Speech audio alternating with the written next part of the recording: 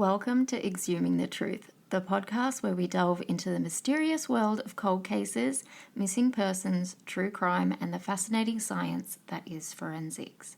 I'm forensic scientist and criminologist Asher Walther, and I am so thrilled to have you with me on this journey as we dance in the shadows of the world of crime, shining a light on scientific discovery while becoming another voice for those who need it most. So grab a drink and get comfortable while we jump into this episode together. As always, I would like to extend a content and trigger warning. This podcast is recommended for persons over the age of 18 and contains explicit content not suitable for minors. We will be covering sensitive content that ranges from sexual assault, physical, mental, social and emotional abuse, suicide, homicide, murder, attempted murder, and other violent crimes, including crimes involving weapons and drugs. This often extends to drug misuse and other harmful and illegal activity. If you find any content to be distressing, I have listed a number of resources that may be able to help you in the podcast notes. I would also like to remind our listeners that all victims and all perpetrators are someone's loved one, so I ask that any discussions in our group or on our social accounts remain respectful of that at all times, and by listening, you acknowledge that all persons of interest remain innocent until proven otherwise. Housekeeping. Hello. Oh my goodness. What is it? The 10th of April when I'm recording this. So this is one of my first podcasts that I've recorded since I've been back from Bali. I did pre-record some for when we were in Bali, and then I had all of these equipment issues and all of that. So I'm about to bombard you with a bunch of episodes, which is probably great if you've got a lot of listening time on your hands. Let's chat about Bali. I had an awesome time with my family. I didn't end up doing the dog rescue thing. That was because my family, my partner and my mum mostly were like, please don't do it. It's going to put you in a depressive state and you're not going to be able to help these animals. It's going to make you sad. So instead of doing that, I took their advice and we went to the sacred monkey forest.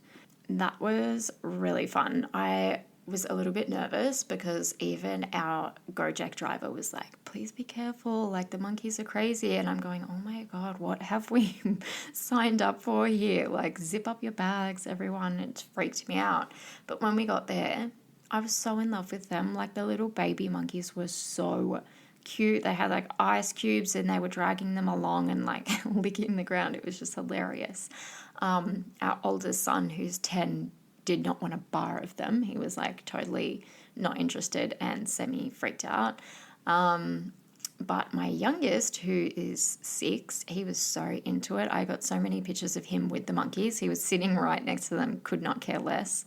And then a little while into that, I actually had hoped that Mum would be freaked out and it would be a really funny thing, but she totally wasn't. She loved it so much. But a little while in, sorry, I had an interruption from the 6-year-old.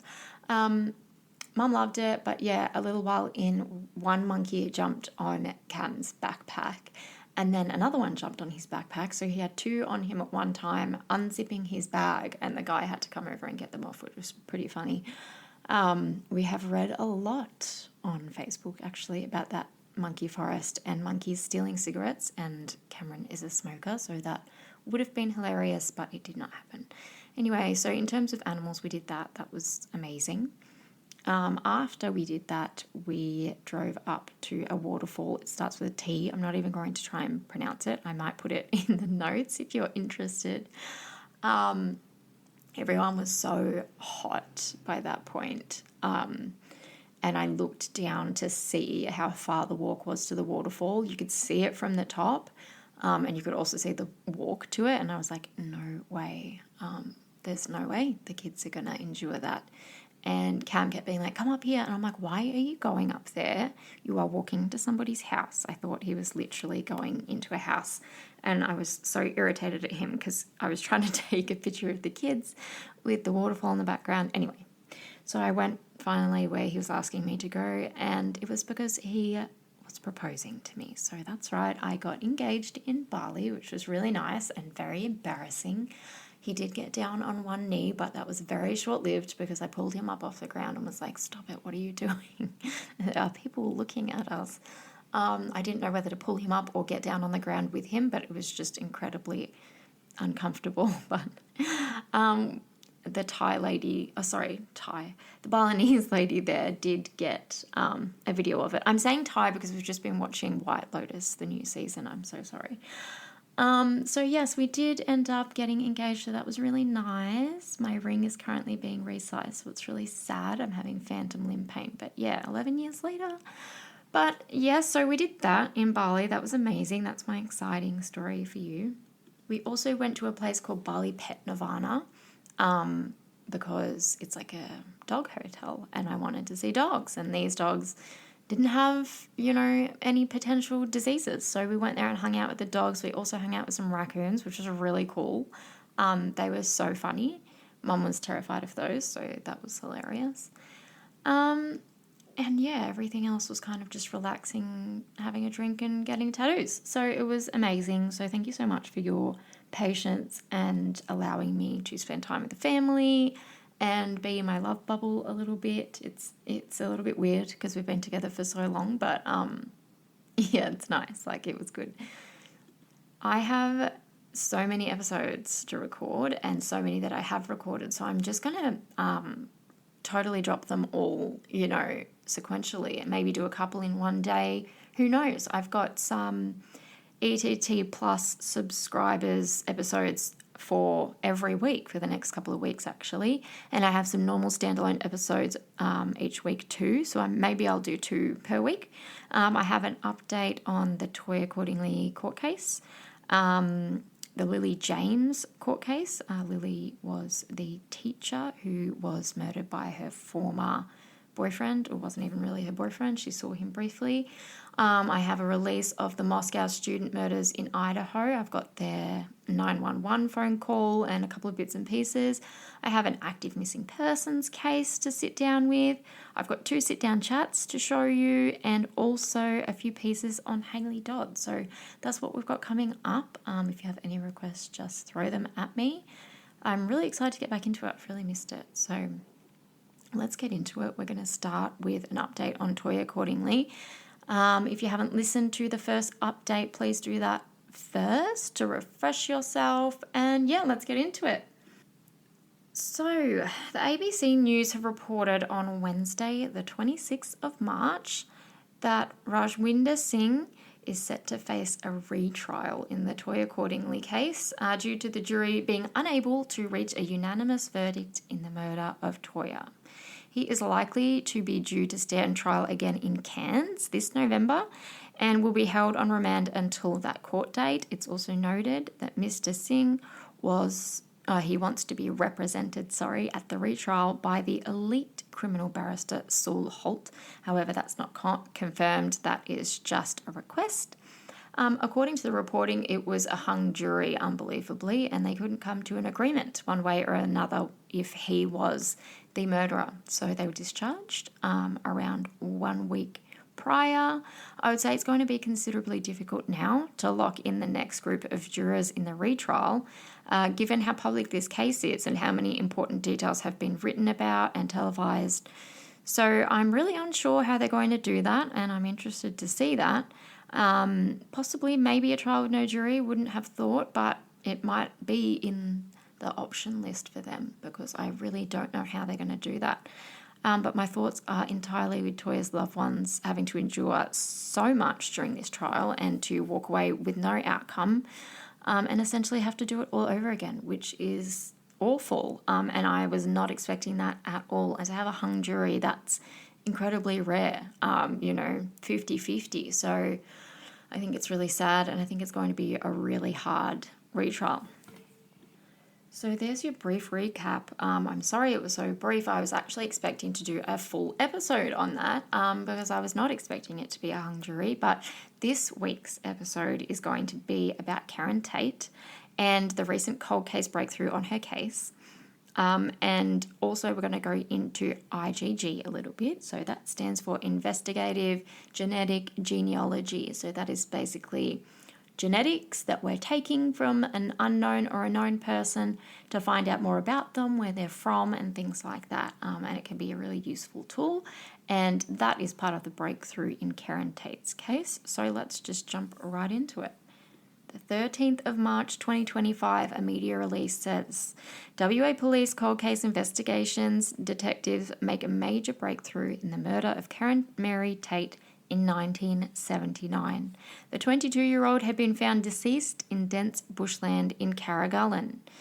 The well-established inner-city suburb of Perth, Mount Lawley, was then known for its mix of Federation and Art Deco-style homes and appealing tree-lined streets. It also happens to be the suburb where my mother was born, so it's very close to home.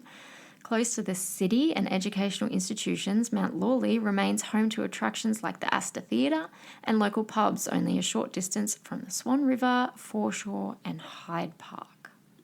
Kerryn Tate was actually born in Victoria in April of 1957.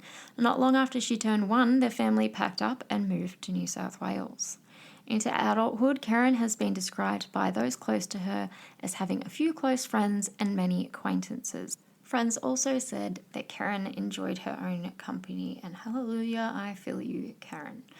She was living in Bali Street in Mount Lawley at the time, but she was house sitting. She often hitchhiked to wherever she went, known to carry a black helmet and with her in case she was offered a ride on a motorbike, which was not unlikely back then.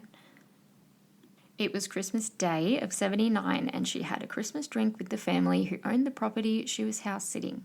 The family said she was wearing jewellery, a watch, earrings, bangles and pendant rings.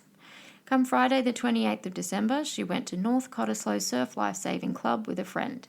She left around midnight and spent the night with friends at a place in Swanbourne. She got a lift back to her Bali Street address around 11 a.m. Saturday the 29th. No information of her movements between being at her Bali Street address and being found in the dam. So that's right, it was 11 a.m. Saturday the 29th of December 1979 when Kerryn Tate was last seen alive after spending the previous night with her friends in the suburbs of Cottesloe and Swanbourne. The next morning, her body was found approximately 800 metres south of Brookton Highway in the Canning Dam catchment area by Forest Department workers. The detectives and forensics recovered DNA from an unknown male from the scene of the crime, although never able to place this DNA to a name. It was believed it belonged to whoever murdered Kerryn. Kerryn had only relocated to Perth from New South Wales about a year before she was killed. At the time of her death, she was house-sitting a place on Brookton Highway in Corindgley, like we previously said. So let's have a little chat about the breakthrough in this case. Sit with me while we get a little bit scientific. Oh my God, yes, I love that for us. We haven't done this, I don't think. This is one of the first episodes where I can actually get a little bit sciencey. So one of my favourite investigative testing methods that has become useful in so many cold cases recently is genetic genealogy. So IgG, like I said before. I am sure most of us remember doing biology in high school and a little bit of genetics and having to complete the phylogenetic tree and work out if your mum or dad had green eyes or your dad had blue eyes, which genes were dominant and which were recessive. I'm sure everybody has done that. If you haven't, I'm sure you know at least what I'm talking about. Dominant genes, blue eyes, green eyes, brown eyes. And it would give us a percentage answer on the likelihood of the child.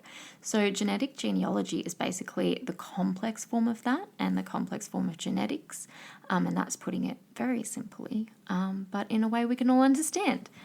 It's actually really, really cool. While the testing and results themselves are quite complex, essentially, we're taking a sample of DNA and testing the genetics of that material that we have. Now, an ideal scenario, this would just give straight up DNA match and we would say, okay, this DNA here matches John Doe and he's the prime suspect. Great. In a more complex case, we would have the DNA. It doesn't match to anyone we have on record, but it can tell us a lot about the person who left that DNA than what we knew in the first place. For example, combining this DNA analysis with the genealogy, we would gain information like the person's family history, their ancestry, so where they came from, potential relationships, distant relatives, and a few other bits and pieces. It's really, really cool when you look into it.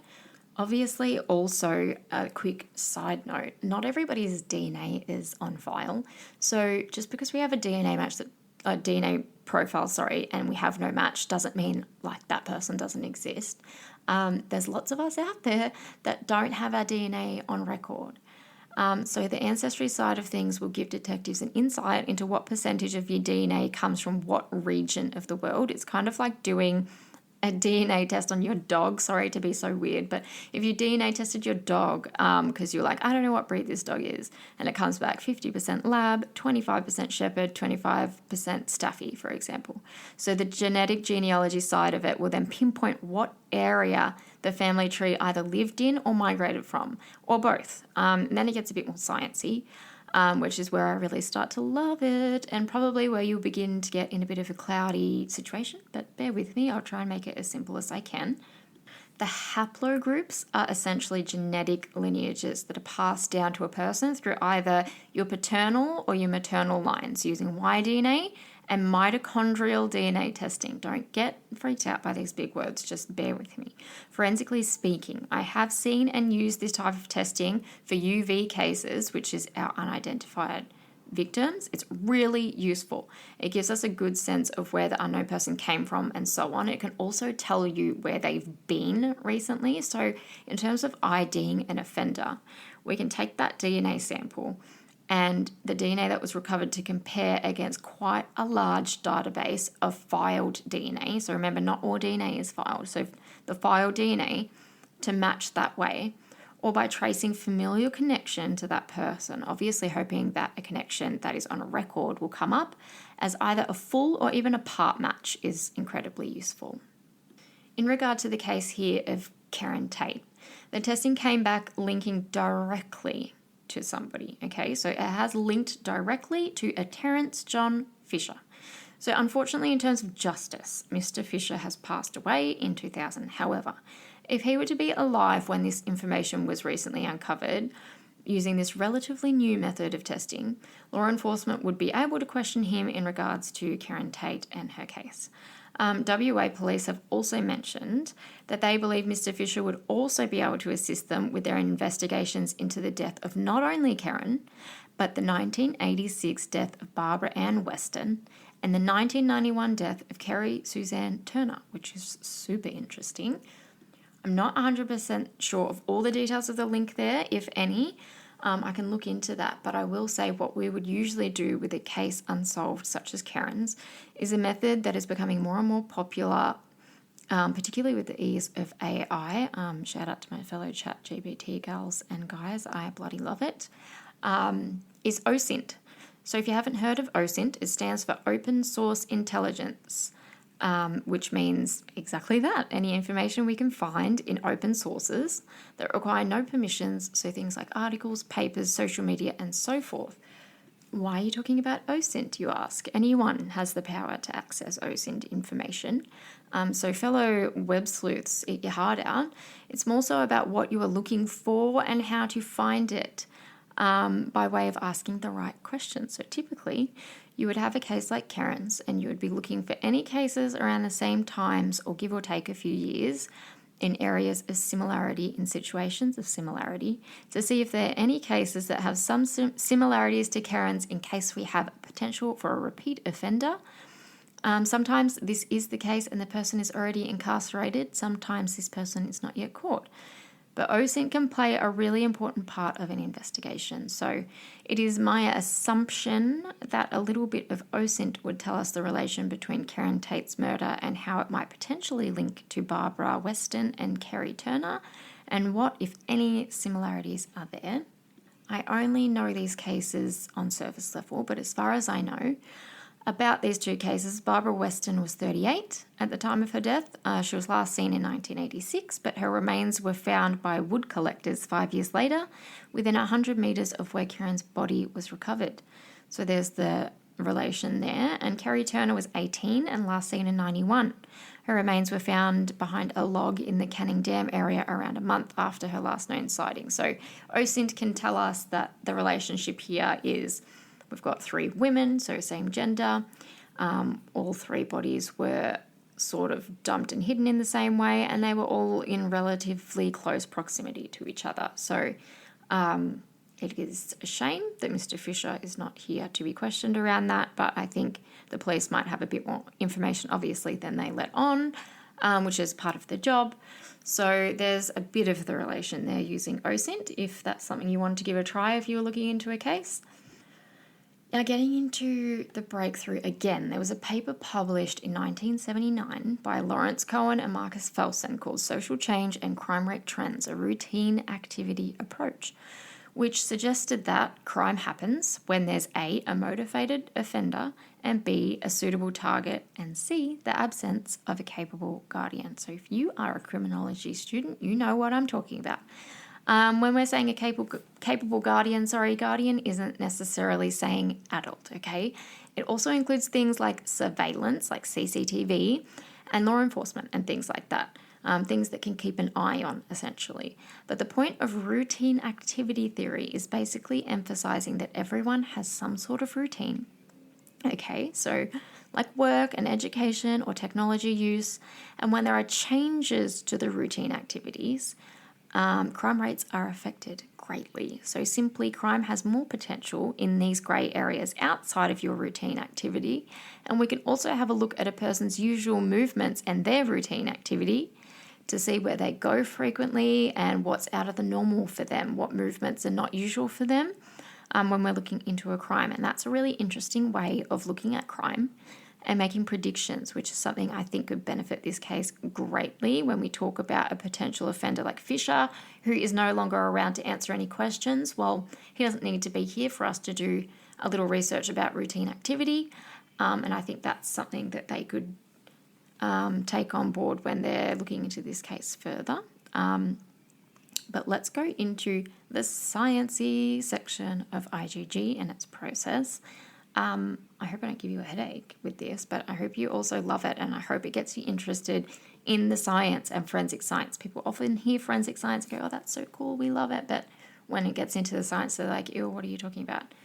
Just try and really listen and take it on board and let me know what you think, because I'm going to try and do this as relatable as possible. So the process of a DNA profile and using IgG is basically we collect a sample. So they've got the sample from Kerryn Tate's nails. They generate a profile using one of three methods. Bear with me. So number one is autosomal DNA or AtDNA, which covers maternal and paternal lines, which is ideal because it covers both sides of the lineage, so mum and dad sides. Method two is the Y chromosome DNA, aka the YSTR. So STR means short tandem repeats. You can just think of this as a short segment of DNA, which is specific to the male side and can be particularly helpful when searching for a surname or a family name. And then method three is the mitochondrial DNA or mtDNA, which works on the maternal lineage, which is the best technique if the sample DNA has degraded. So in cases that are cold like this one, this is probably the preferred technique. So when I'm talking about these methods, just think different types of DNA and different tests for that DNA. It's nothing more than that, okay? So then we upload this sample to a database. So we have really simple databases, guys. So there's things like, we'll start with the most well-known, Ancestry DNA. People go on Ancestry DNA. I have family members that have done it. There's also other databases like that called GED Match, Family Tree DNA, 23andMe, MyHeritage, etc. So these are all databases. They vary with what you can and can't do, okay? So GED Match and Family Tree DNA will allow law enforcement search. So that's specific to forensics and criminal cases, where others say, hey, like you can access what we have, but you cannot test it for this, that, or the other thing. So ID genetic relatives who share segments of the same DNA will come up, like third, fourth, and fifth cousins. Part of what makes it so cool is that it's so specific like that. If you've got a fifth cousin, it's going to come up. And not to get too confusing, but it's 10 to 200 centimorgans and close relatives like siblings, parents, and first cousins. because they share like massive amounts of DNA, being over 1,000 centimorgans. So it's very specific to go down to the 10 centimorgans, like the fifth cousin. We're then able to build a family tree matched with any census records, births, deaths and marriages, obituaries, newspaper archives, social media, all this sort of thing. So it narrows it down like incredibly well. Once the tree is mapped, the investigators can then look for the individuals who fit. So they'll have a suspect profile and they'll say, well, that's a woman, so it's not this one, and that's a man, so it's not this one, XYZ, this person's lived here. So they'll be able to pinpoint who, using like age, gender, witness testimony, geographic location, and things like that. So a real world example of IgG processing and this being successful in IDing an offender is the Golden State Killer. I'm sure you may have heard of this. Joseph James D'Angelo, who was ID'd via a distant cousin's DNA match. So that's very specific and awesome. We love science. His age range, location, law enforcement background as a former officer, and discarded DNA confirmed him as the killer. So that's really cool. They've used this type of testing and it's worked, and I've seen it work in other private cases that I've worked on, and I think it's awesome. So if you can wrap your head around that, there's a little bit of info for you. Of course, I'm happy to get more sciencey than that, but only at the request of listeners because I don't want to bore you. But let's get into Terence Fisher because he's come up as a match, and that's essentially the breakthrough here. So he was born on the 11th of Feb in 1950, also in Mount Lawley.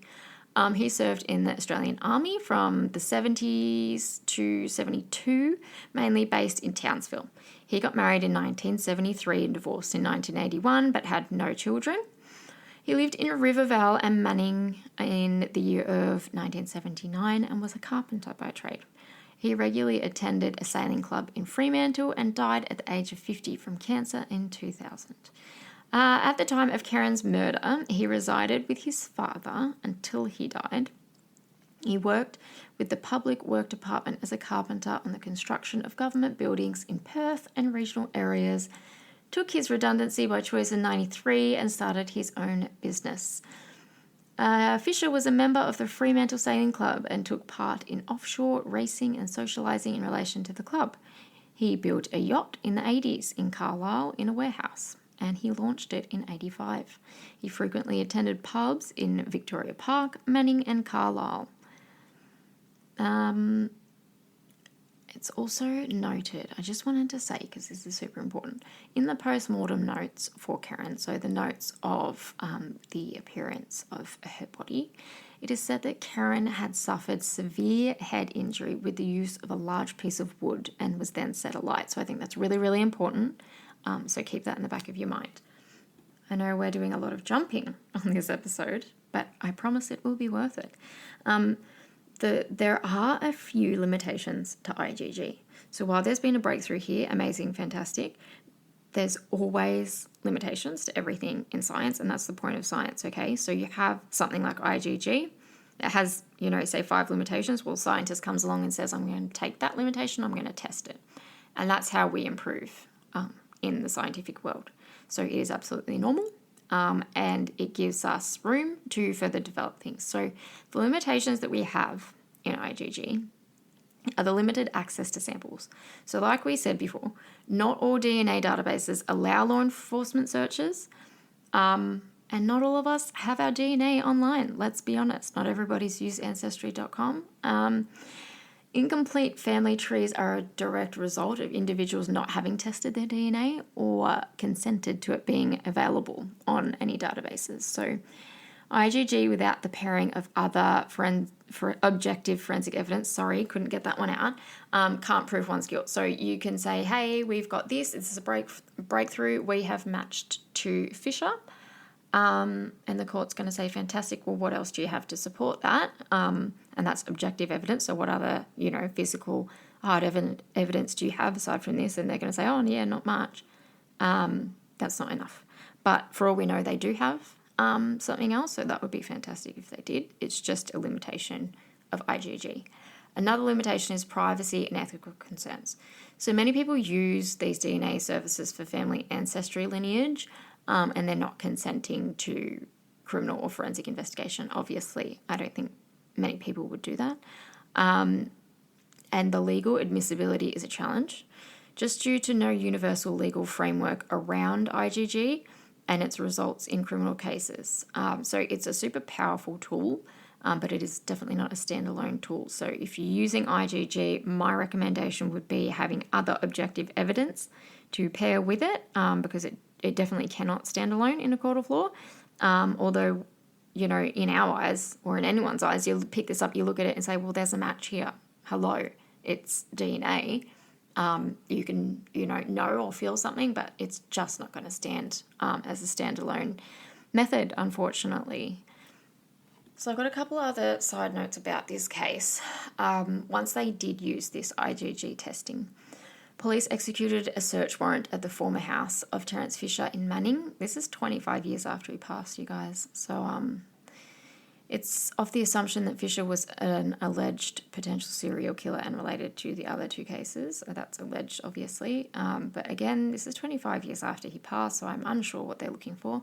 The profile on Fisher tells us he was actually quite an intelligent person, a social person. He was also aware of tactical defence. With his army training, I would assume as strong as you need to be, the fitness requirements to be met in the army. We have a person that I can only assume was approachable and friendly due to his participation at the sailing club, running his own business, his social events. I've got here that 9 News reported that Fisher was already ID'd as a person of interest in Kerryn's murder in May 2024. So that can also be incredibly frustrating in the investigation to have him as a person of interest, to then match him with IgG and need other evidence. So I am going to assume that that is why they are looking for other evidence. And this case has made it onto the Cold Case podcast by WA Poll, where they're continuing to encourage anyone who knew Terence Fisher to come forward with any information, big or small, that may help them develop a routine activity profile. So if that's you or someone you may know, feel free to share that around. On the topic of IgG and DNA databases, however, ironically, right after this has happened, it's been in the headlines that the genetic testing company 23andMe had been sold or was going to be sold, and people's DNA information was going to be spread or mishandled or handled by other people, and all that. You can probably just type in 23andMe and all the articles will come up. I was reading about this while I was in Bali, and I had recorded this episode on Kerryn Tate, and I deleted it, scrapped it, because I was like, I need to include more about IgG, what it is and how it's used, and what these databases are. So I'm giving you guys a little bit of information to take back with you, especially if you are a 23andMe user. That is also very similar to Ancestry.com. So many people have used it. So people are worried that their DNA is going to be sold off to another company or another person. And when I saw that, I thought, like, it's in my duty to share this information and tell you, hey, this is what IgG is, this is how it's used, and these are the databases. So we've highlighted all those. So I just wanted to share, before I head off at the end of this episode, a post that I read on LinkedIn, written by a genetic counsellor. Sorry, I just cannot talk tonight. Yes, this post was written by a genetic counsellor, and she's got great credentials, and I was reading all the articles as well, and sometimes the media like to go off on a tangent, so I just wasn't sure what to believe really with everybody's DNA on 23andMe, so I'm just going to read you her post to end this. And yeah, if you want any more information on this, feel free to send me an email or a DM. I'm happy to help you or explain further. And that is the breakthrough for Kerryn Tate. So I hope that you've learned something. This has been really fun because I love getting into the science and we don't get to do that much. So sit tight and have a little listen to this post and have a fantastic weekend. Denna Goldberg. I've been seeing a lot of misinformation flying around, and I wanted to clear up a few things. I'm not posting to defend the company or to tell you what to do, but I am seeing some hive mind panic and media headlines fueling unnecessary anxiety. so I wanted to help clarify the facts, especially for those who've reached out feeling unsure. 23andMe filed for Chapter 11. This means they're restructuring, not shutting down. Your data is still protected under the same privacy policy. Any buyer must agree to those protections, and any transfer would need court and regulatory approval. The co-founder, Anne, stepped down so she could try to buy the company herself. You can delete your data at any time. Deleting your account is less like erasing your DNA data from the world and more like hitting pause on any future participation with 23andMe. I totally understand the fear, and I'm not here to tell you what to do. But deleting in a rush might not be necessary. Let's make informed, grounded decisions, not fear-driven ones. So that post you can find on her LinkedIn. I will put a link to it in the podcast notes. If you are on 23andMe and you're concerned about your DNA, you can always speak to a genetic counsellor like Denna. And I hope that has helped you. So have a fantastic weekend. Thank you so much for joining me on this episode. I hope you have enjoyed it here. If so, you can subscribe to stay up to date on new episodes, or you can find us on both Instagram and Facebook. Please feel free to jump on our Facebook group to join in on their case discussions. You can find the link to our group in the podcast notes. And as always, stay curious, stay informed, and until next time, trust your instincts and keep seeking the truth.